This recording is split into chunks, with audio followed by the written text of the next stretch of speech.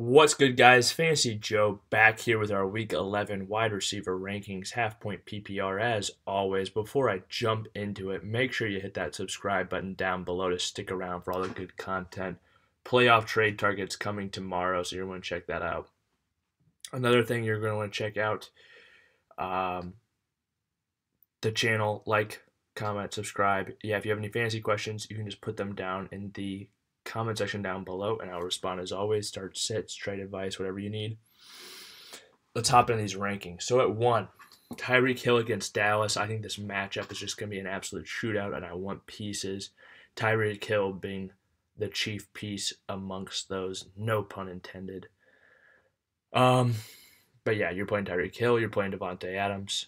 Deebo Samuel, I have him 3 against Jacksonville. Just been getting a ton of touches. Potentially Elijah Mitchell could be out, which could mean a few more rushing attempts potentially for Deebo. 4, Jamar Chase against Vegas. Jamar's just been, he catches a touchdown almost every week, so you're rolling him out there. 5, Stephon Diggs against Indianapolis. He's really starting to get it going. I do view him as a wide receiver 1 rest of season, firmly in that camp. 6, CeeDee Lamb against Kansas City. Speaking of pieces in this game, I think CeeDee Lamb is going to have a monster game. I love him and Amari Cooper, who you will see shortly this week. Fire them up in your lineups, obviously, daily, whatever you want. Everything is a go. 7, A.J. Brown. I know he's been rough the last few weeks. I own him. It's been tough. But he gets Houston. I think this is the week for a bounce back. No Julio Jones on the roster. He's going to get targets. Won it against Marshawn Lattimore last week. Wait, did they play the Saints last week? I'm pretty sure they did. If it wasn't, it was the week before. So you get the idea. 8, Chris Godwin against the Giants. Godwin, I think, will play, and they'll play Monday night. So he's a good play. I don't think AB is going to play. That's why I have him and Mike Evans, top 10. Speaking of our number 10 receiver, we've got Marquise Brown against Chicago. Chicago's struggled against the pass all year. Marquise Brown has looked great. Gets those deep targets. Lamar has been throwing the ball much better this year. He's a wide receiver 1. He's not really being respected as one, though. And maybe that's because of Bateman coming in. I don't know. But either way, I'm playing Marquise Brown in Chicago. He just has such a high ceiling as well. 11, DK Metcalf against Arizona. Got tossed out of that Green Bay game. Didn't do much either. Was very frustrated, obviously, because of his poor performance. Maybe he gets it right this week against Arizona, though. I think having Russ back is going to be huge to that team. Russ didn't look great last week, but I think he'll just, knock the rust off and get it going as long as he is healthy with that finger. 12, Keenan Allen against Pittsburgh. I just think Keenan Allen is going to, Mike Williams has been banged up. Keenan is the one. He's heavily targeted each and every week. He's consistent, and he has touchdown upside, which you don't see a lot in the same player. 13, Deontay Johnson. Speaking of consistency against the Chargers this week. I know it's a tough matchup, but assuming Big Ben plays, I have full confidence in Deontay Johnson just, doing his thing, especially with Claypool likely out and Juju done for this season. 14, Amari Cooper against Kansas City. Love pieces in that matchup, like I said. 15, Jaylen Waddle gets a great matchup with the New York Jets. Gets Tua back this week. Tua's looked for Waddle. And, he every week he has that speed element where he could make an explosive play as well. So Jaylen Waddle I have in my top 15 this week.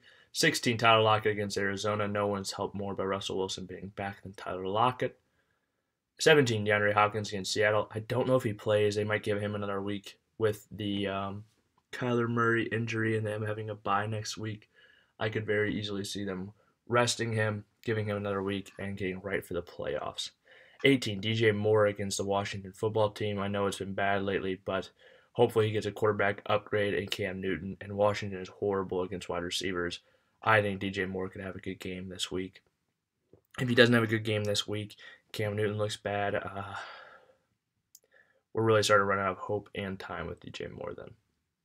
19, T. Higgins against Las Vegas. Higgins has been really good this year, underrated. He's a guy who can go out and get you double-digit points any given week and has touchdown upside. So, 20, Adam Thielen, Mr. Touchdown upside himself. Basically, you're going to be unhappy if he doesn't catch a touchdown most weeks, but against Green Bay in what should be a shootout, or at least, Green Bay should put up some points on Minnesota, and Minnesota should have to score points to keep up. I could see Adam Thielen catching a touchdown against Green Bay and their inexperienced corners. 21, Michael Pittman Jr. Going against Buffalo, tough matchup for him, but you're still definitely playing Pittman. Just adjust your expectations a little bit. We're going against a tough Buffalo defense. 22, Terry McLaurin against Carolina.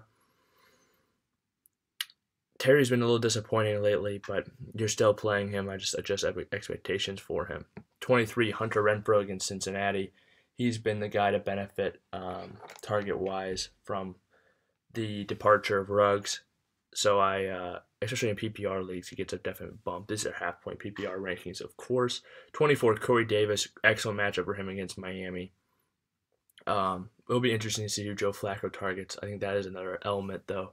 If you want safety, I could see playing Jarvis Landry over Detroit, although Jarvis hasn't been getting a ton of targets lately, but that Detroit matchup.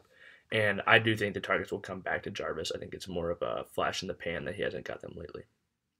26, Devante Smith. He's been down the last 2 weeks. Likely gets Marshawn Lattimore this week, which isn't the great matchup for him, obviously, but I still think you're probably playing him if you don't have a better option. 27, Christian Kirk against Seattle. Kirk has been very good this year. As wide receiver 21, I believe, on the year. DeAndre Hopkins probably doesn't play. Could get a good amount of targets. Seattle's a good matchup, especially if Kyler plays and DeAndre Hopkins doesn't. Christian Kirk's a smash play. 28, Brandon Ayuk against Jacksonville. He's being utilized a little bit more in the offense. I think, Jacksonville kept it close with Indy last week. I don't know if they keep it close with the 49ers. We will see. But if they can, I think Brandon Ayuk could be good for fantasy. 29, Emmanuel Sanders against Indy. Great matchup for him. Speaking of great matchups, at 30, we got Rashad Bateman, who's getting targets lately and plays Chicago, who's vulnerable in the air. And 31, Kenny Golladay against Tampa Bay. Sterling Shepard might not suit up in this one, which means it would be a lot of Kenny Golladay and Kadarius Toney. Kenny Galladay's out there in waivers in some leagues. Definitely add him if you can. Thank you guys for watching. If you guys have made it to this point in the video, hit that like button, hit that subscribe button. If you have any questions or fantasy advice that you are seeking, put it down in the comment section down below. I'll let you know what I think. This has been Fantasy Joe. Thank you guys for watching.